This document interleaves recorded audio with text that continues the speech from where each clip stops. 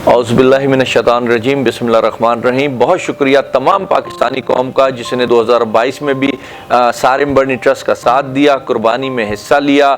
दुम्बे, गायें, बकरे, ऊँट अल्हम्दुलिल्लाह आप लोगों के ताउन से हुए, उसकी कटाई की गई और किस स्टैंडर्ड से वो आप देख सकते हैं कि कट होने के बाद वो उसके जो है किस तरीके से चमड़ा उतारा जाता है, फिर उसको आगे लेकर के जाया जाता है, फिर उसको आगे ले जा कर के उसका मुकम्मल चमड़ा उतार के मशीनों के थ्रू फिर उसको कट किया जाता है। फिर कट करने के बाद वो 4 पीस होकर के वॉश होना शुरू हो जाता है प्रेशर मशीनों से, पानी के प्रेशर से।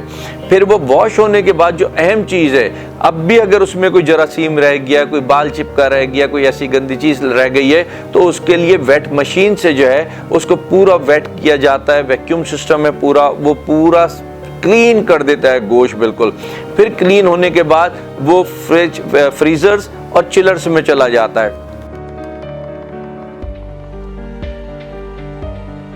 और हम पैकिंग बहुत बेहतरीन निज़ाम है पैकिंग का।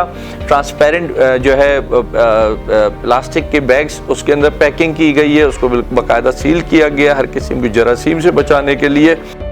और फिर वहाँ से वो निकल के हमारी गाड़ियों में, और जो वो मोबाइल चिलर्स हैं उसमें, मोबाइल चिलर्स वहाँ यूज़ करते हैं हम जब कराची से कहीं दूर जाया जा रहा हो, सिंध के अंदर, बलूचिस्तान के अंदर या और किसी मुख्तलिफ ऐसे मुकाम के ऊपर जा रहा हो तो चिलर मोबाइल यूज़ करते हैं।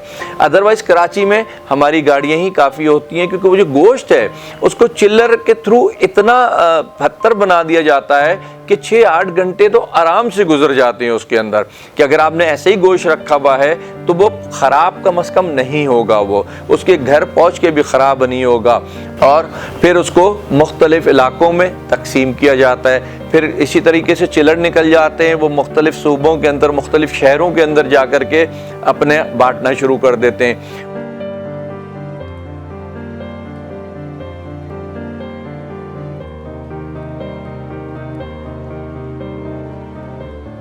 और ये सब कुछ कैसे हुआ? आपके ताउन से हुआ।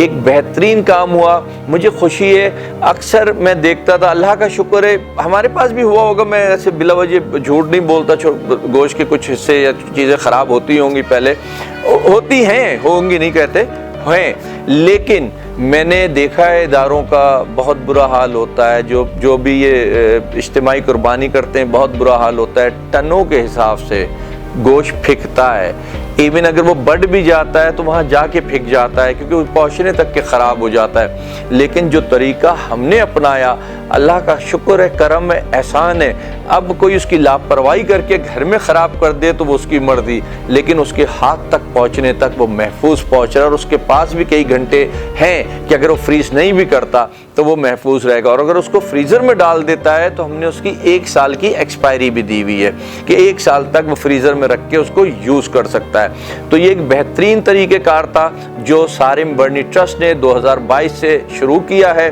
और इंशाअल्लाह उम्मीद है कि हमारी पाकिस्तानी कम्युनिटी हमारे साथ ताउन में रहेगी, कुर्बानी में भी, रमज़ान में ज़कात के हवाले से, डोनेशंस के हवाले से, मुख्तलिफ सपोर्ट्स के हवाले से, मुख्तलिफ हमारे प्रोग्राम्स के हवाले से मुझे उम्मीद है कि इसी तरीके से हमारा साथ देगी। और आज जिस तरीके से हम आगे बढ़ रहे हैं वो हमारी मेहनत अपनी जगह, लेकिन आपका ताउन और मेरे रब की मेहरबानी है।